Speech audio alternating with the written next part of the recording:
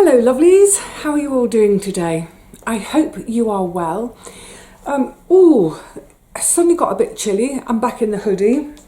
It started off as a really beautiful morning this morning. Bright sunshine.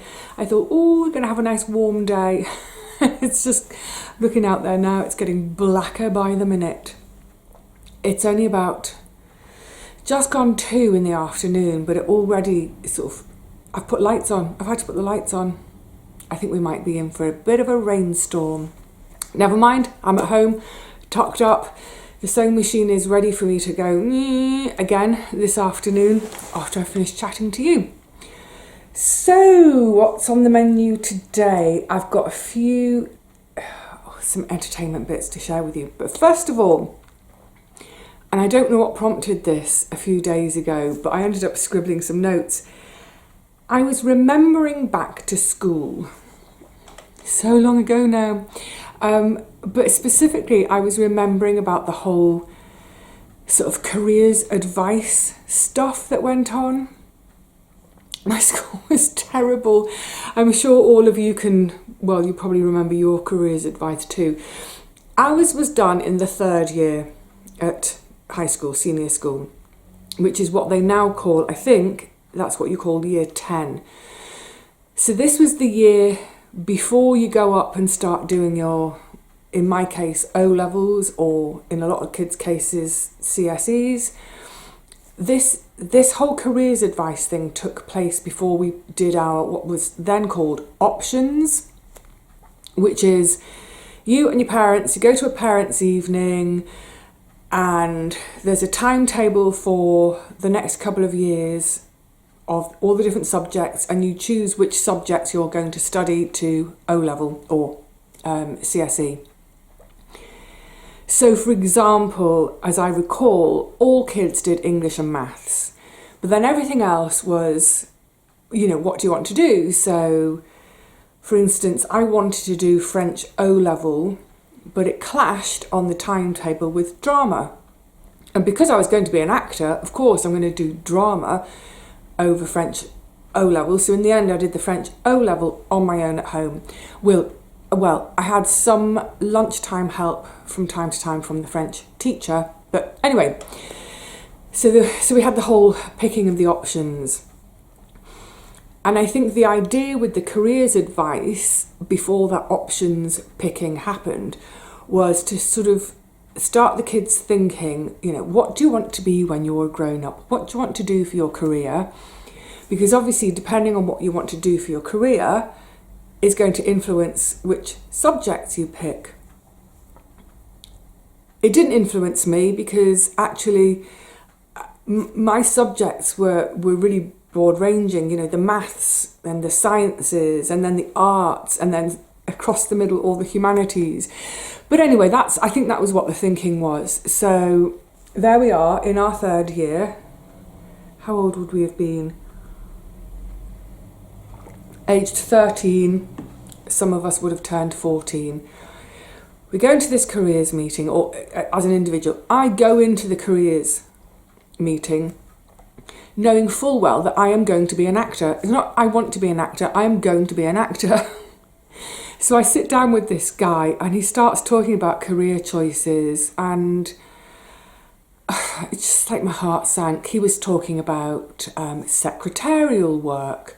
He was talking about factory work. He was talking about, if I do really well in my exams, I could maybe go into nursing. And if I did really, really well, I could maybe go to a teacher training college and become a teacher. It was all so narrow. My whole school was not set up for academic kids, for academia. None of us were particularly groomed or encouraged in terms of to go to university. It was all about leave school at 16, what job can you do? My school was really, really good about the vocational subjects. So, for example, I remember this so well. I was in one classroom, was it Monday mornings? In a particular classroom, there was a degree of open plan at my school. Not a good idea, kids are too noisy. Where my classroom was on a Monday morning for O-level maths, of which there were about 20 of us in that class. So few. Anyway, the next 2 classrooms along, each classroom with 50 in each, that's about 100, girls doing their typing. And great, great. If that's what you want to do, great. But the racket, Anyway, so that careers meeting was an absolute waste of time for me, because this guy could not conceive of anything outside of secretarial work, factory work, pretty much for me. And I remember my male friends at school, for them it was all factory work, car mechanics, or the army. Fast forward now to a couple of years, so it would have been year 12, so it's our final year at school, it's our O-level year, and we have to do 2 weeks of work experience. Ooh, so the careers advisor comes back in and says, what sort of work experience do you want? And then they kind of set it up for the student further down the line. So I think it must have been right at the beginning of the year, and in the September. So I go along to this career advisor again. Right, we need to set you up with some work experience because very soon you'll be in the working world. No, I won't, because very soon I'll be going to do my A-levels at college, and then after that I'll be going to university. I won't be entering the work world for 5 years. I mean, I'll have part-time work. I already worked part-time. So he said, have you got any ideas of what you'd like to do for your work experience? And I said, yeah, I'd like 2 weeks in a theatre, please. Completely bamboozled. Well, that's not going to happen. It was very disappointing. So off my own bat, I wrote to the Liverpool Playhouse, which is one of the... Was it still producing rep in those days? Or is it only a receiving house? I can't remember. But it was one of the main theatres in Liverpool. Although it was a main theatre, but it was always slightly... It did a lot of new stuff, and it wasn't traditional and stodgy at all. So new writing, new plays, some kind of, sort of political but agitprop stuff. I loved the Playhouse. So I wrote to them and said, I'm trying to organise a 2-week work placement for myself. This is who I am. I'm at school, I'm going to be an actor. Anyway, I wrote them a letter. And it must have been awfully persuasive, because a couple of weeks later I got a letter back saying, we'd be delighted. Yeah, we're open to that. It needs to be arranged through your school. We need it to be all official, etc., etc., etc. So a few weeks later then, we had our next meeting with the careers advisor for officially now sorting out our work placements. So I took my letter from the Playhouse to say, I've organised a work placement. And basically they said, no, we can't send you there. That's not proper work. You need a proper work placement. So they nixed it. And no credit to me for doing that off my own bat. If I had a kid in my class who showed that kind of initiative, I'd be like, brilliant. But no, it was nixed. Instead, I was sent for 2 weeks I had to remember what it's called. What's it called? So it was within the local education authority, their offices in the next town over, to the arts and humanities department. They were like, arts. She wants to do something in the arts. So it was a local education authority office. Within that, I was in the arts office. And I spent 2 weeks photocopying, or actually it wasn't photocopying in those days, it was the copying machine, the one you have to turn by hand. So when it's typed on paper where it kind of punches a hole in the paper, and the big drum has got ink on it, so as you turn it and the pages shoot out the back. So what I did for 2 weeks, copying pages like this, stapling pages together, stapling booklets, stuffing envelopes. It was an absolute, total waste of time. I hated every second of it, loathed it. It wasn't a total waste of time, actually. it confirmed for me what I'd known all along, and that was that there was no way I was ever going to work in an office. There was no way I was ever going to do anything remotely secretarial or clerical. I am not going to spend my life in an office. It will kill me. I mean, look, I've done temp jobs. You do what it takes to feed yourself and pay your rent, don't you? But, you know, in terms of as a career, then at the end of the 2 weeks, what was great though about that was it was a ways from home. It was a bit away from home in terms of it was a bus ride that would take, I can't remember how long that bus ride used to take now, maybe 45 minutes. But the town where the office was the town where my sister was at university. She'd already gone to uni by then. So there, I would have been 15, going on 16. My sister would have been 18, going on 19. So she was towards the end of her first year at uni. So I went and bunked with my sister during the weekdays. It's great. It gave me a little glimpse of university life as well. Immense fun, that bit. But at the end of the 2 weeks, we had to write a report about what we'd gained from our experience. And I mean, fortunately, I was a good student in that I always worked hard. I always did all my homework on time and my grades were excellent. So I was a good student from that respect. I got on well with all my teachers. And one of the reasons I got on well with them was because they had learned to accept who I was. So when I composed this report, and it wasn't towards any of our exams or anything, so the score didn't matter, but I handed it in and my teacher spoke to me a couple of days later about it and said, I don't know if you want to amend any of it, she said, because it's really rather scathing. It's like, yeah, of course it's scathing. I hated it, and I'm not going to pretend that was of any use to me. She said, okay, we'll leave it as it is.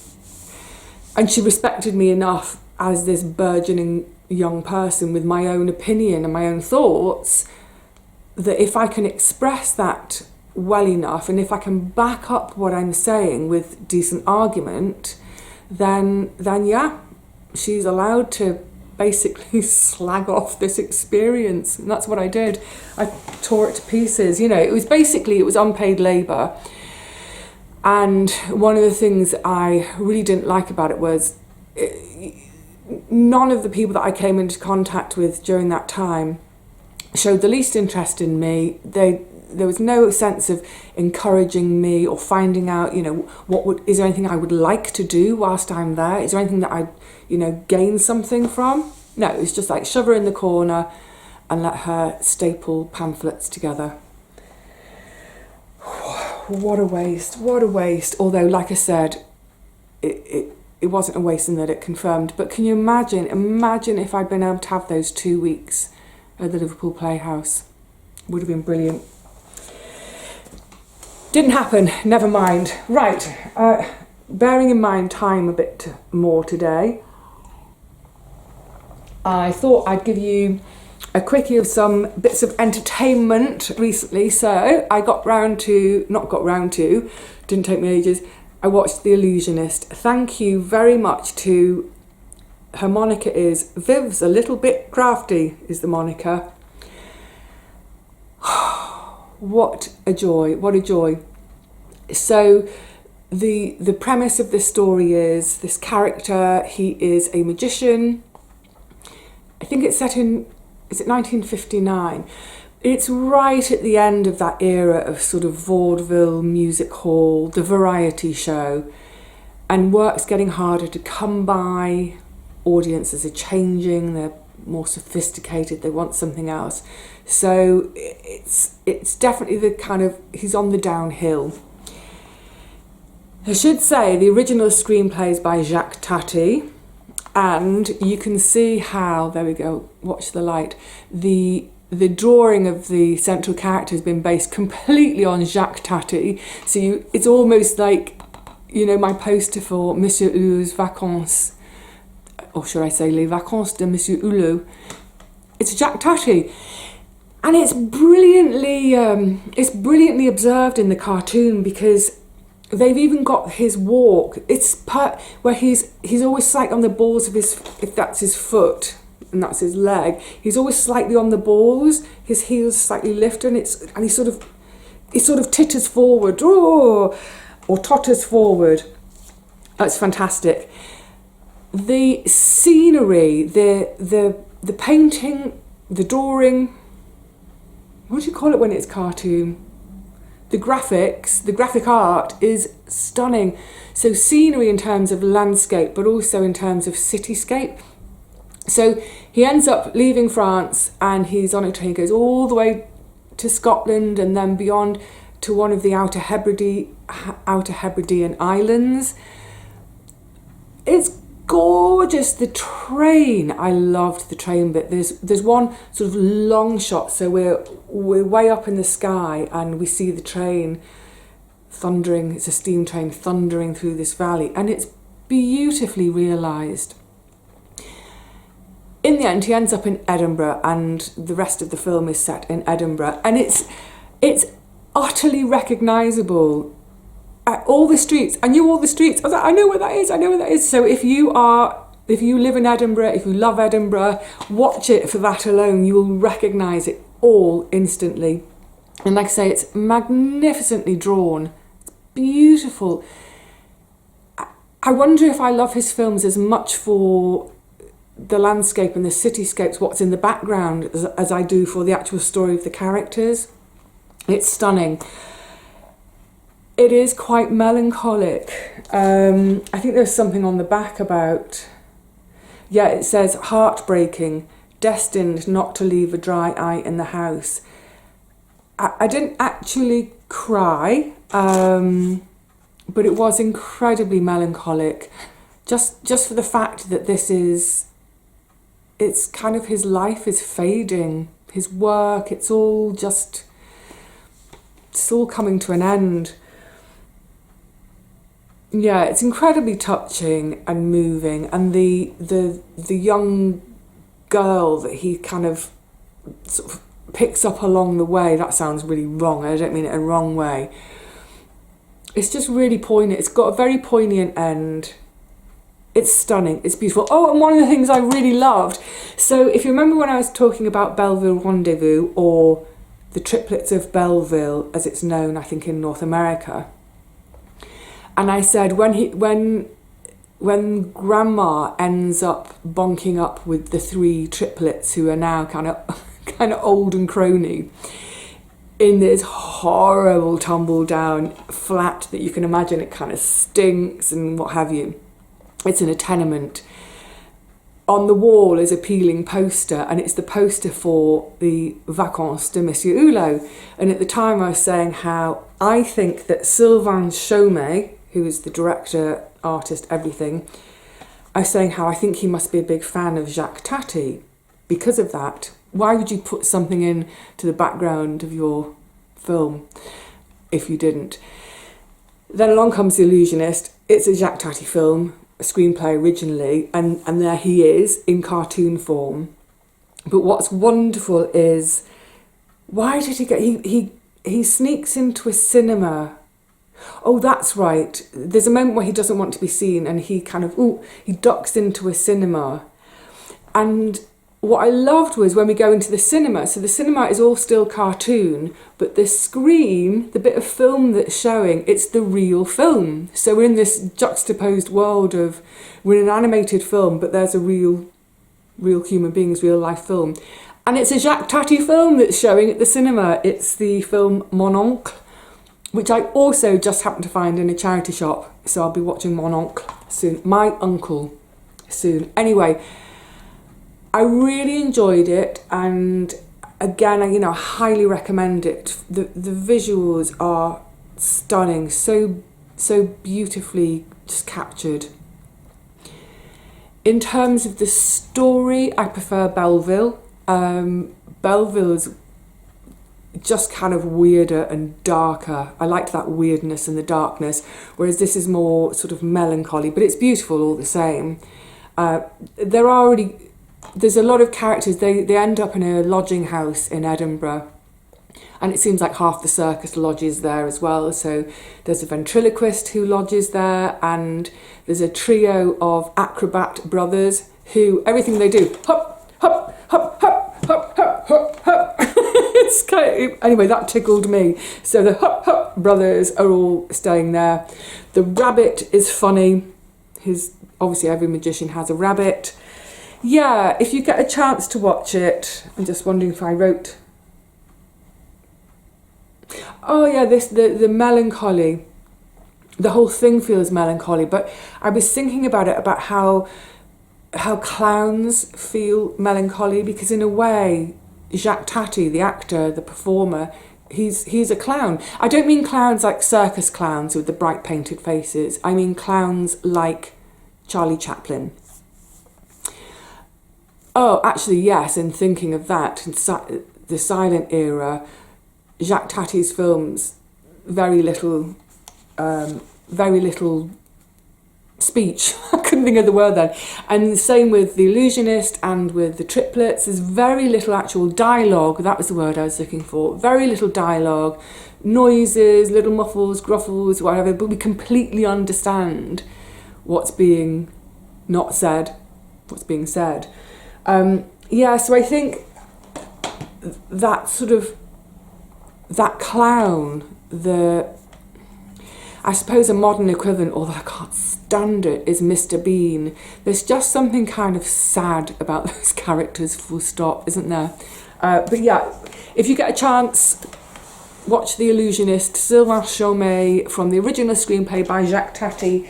Did this one get any awards? Let's see. The acclaimed film from Academy Award nominated. So Sylvain Chomet was nominated for an Oscar for Belleville Rendezvous, but obviously didn't win it. But he's been nominated, and I can completely understand why. When's he going to produce something else for us to see? Because I think this is 2000 and... Have I got a date? 2010, the copyright on the back of the DVD. We need something else, Sylvain.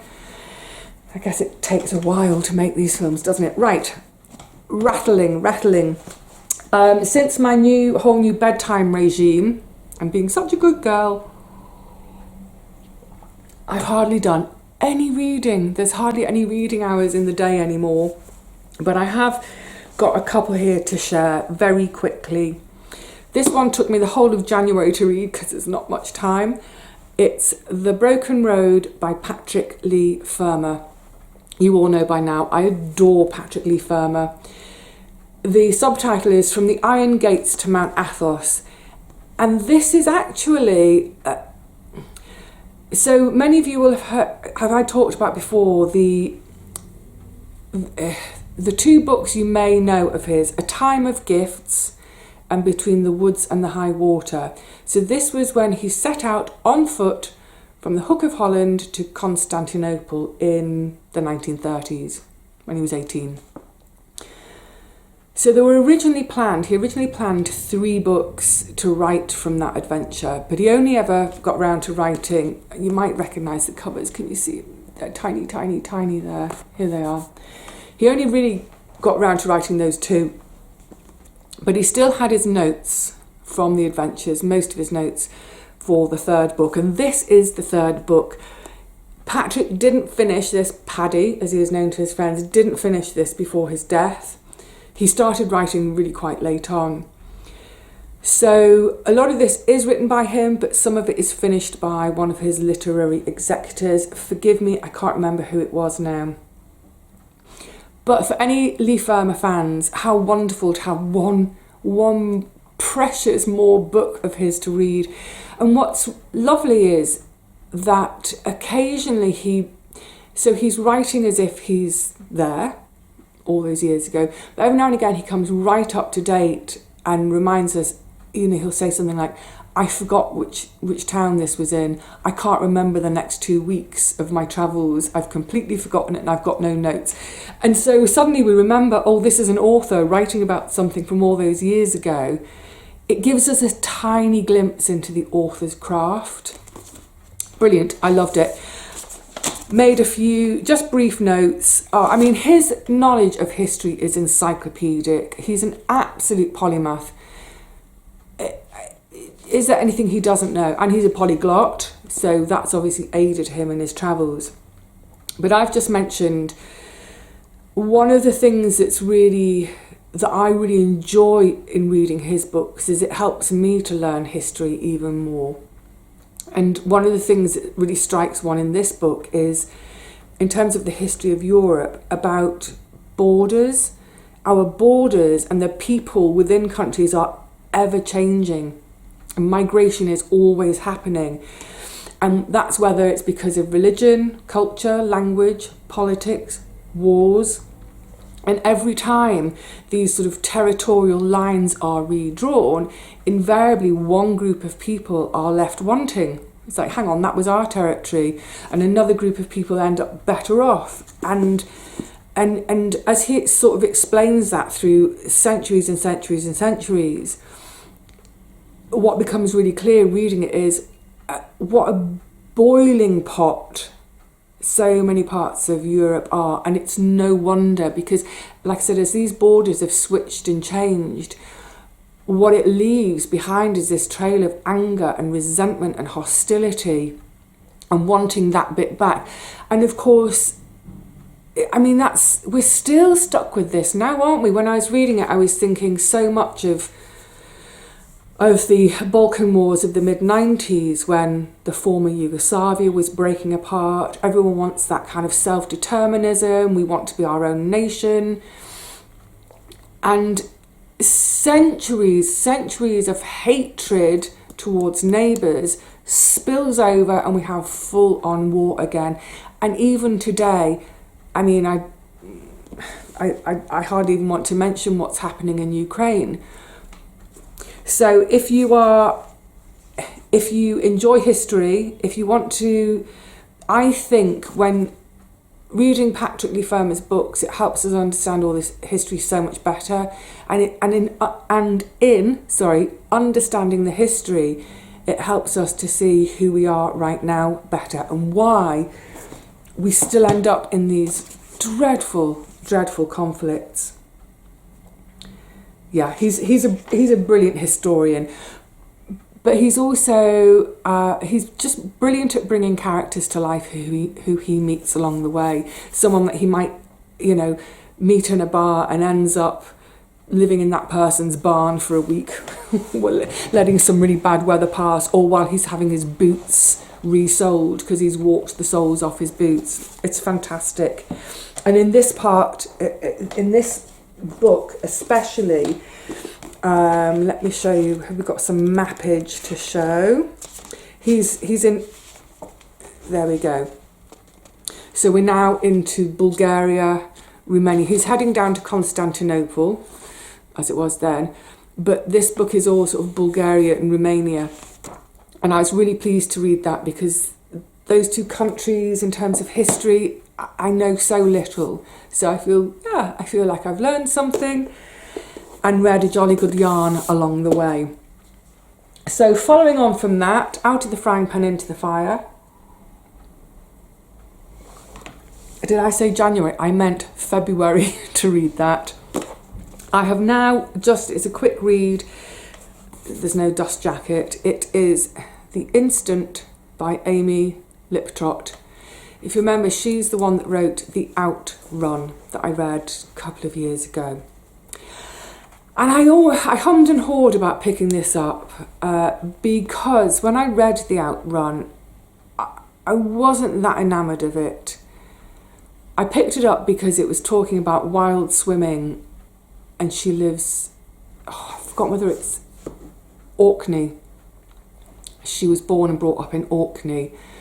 And she's been in London in her 20s, has wrecked herself, she's become an alcoholic, she's doing drugs, etc., etc. So she goes back to Orkney to reset. And like I said, I'd seen that it mentioned wild swimming, and I thought, oh, I love this.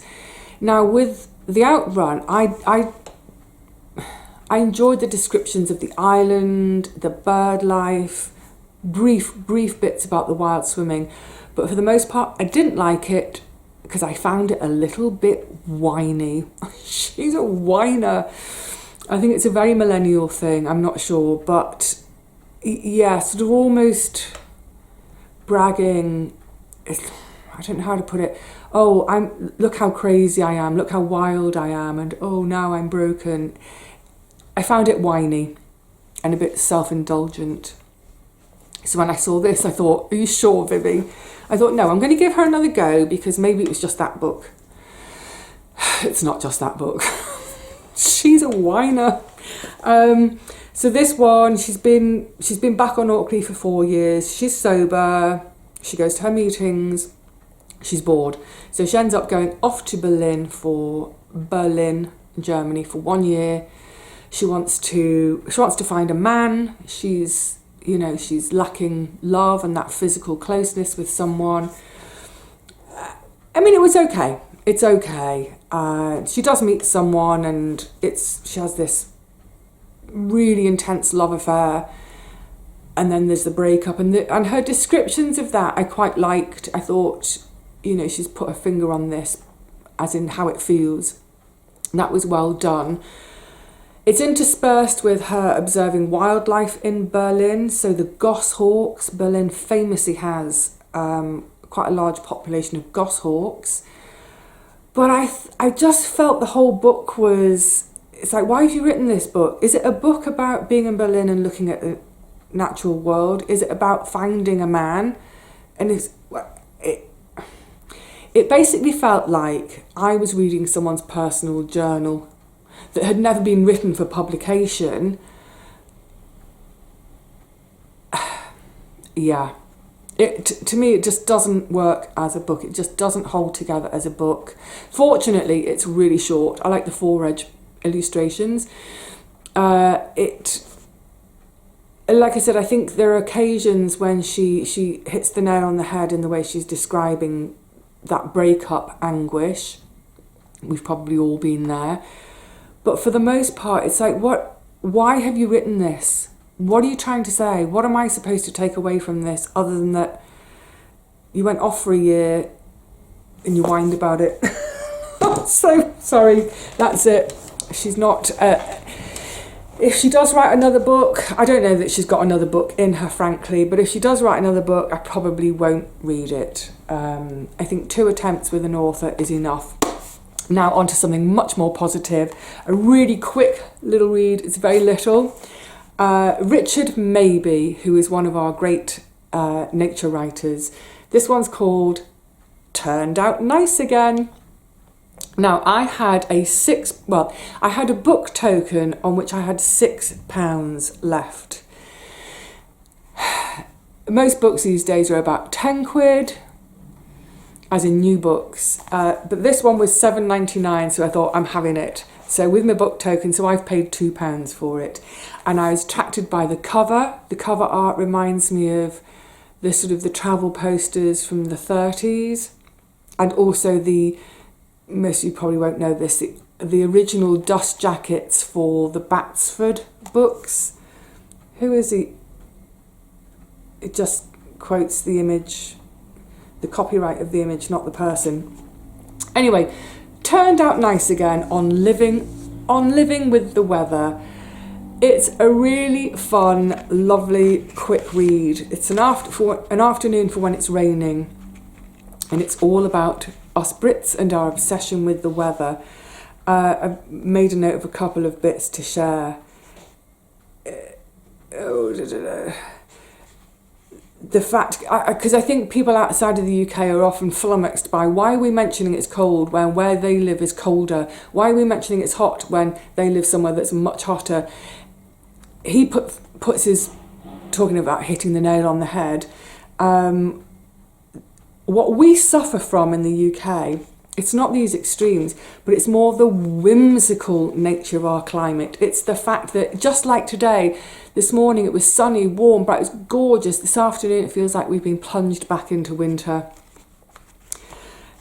I'm trying to find this, but I thought...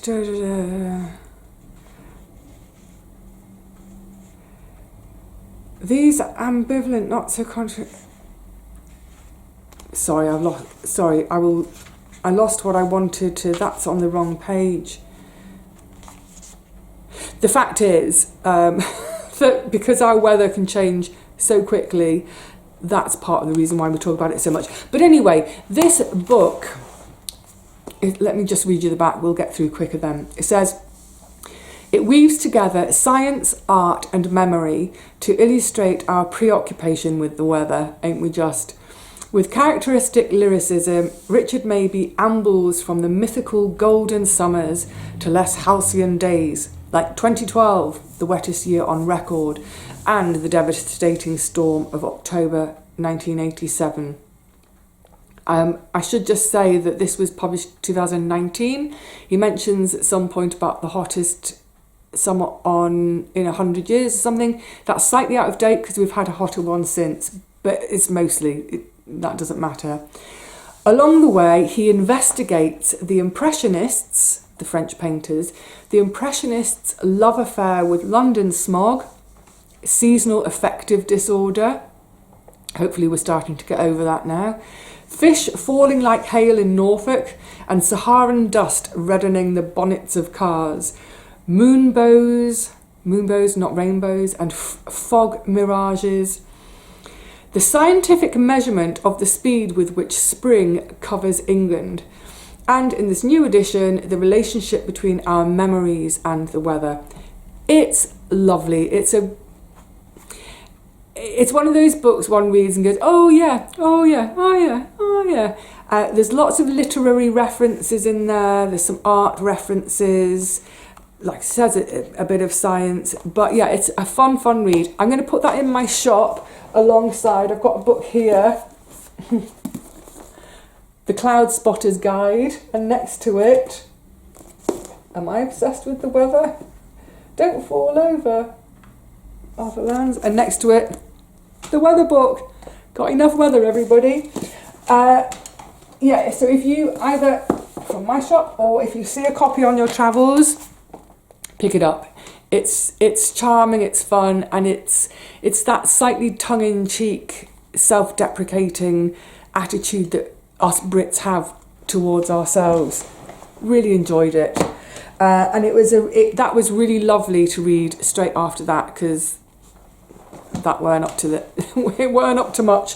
Right, I wanted a quickie today. It's gone on too long, so I'm going to shut up, go away. I'm going to I'm going to hop around a bit, get myself warm again, and I will see you all really soon. I'm not sure for what, but I will see you in a few days' time. So until then, please take care of yourselves. Enjoy curling up with a DVD or a book, whatever it is that's entertaining you. And yeah, happy memories, I hope, of your school's career advice. I can't wait for you, because I know some of you will, tell me what your careers advisor said would be a good job for you and what you actually did in the end, especially if it's diametrically opposed. Fun. All right, lovelies, until that next one, cheerio.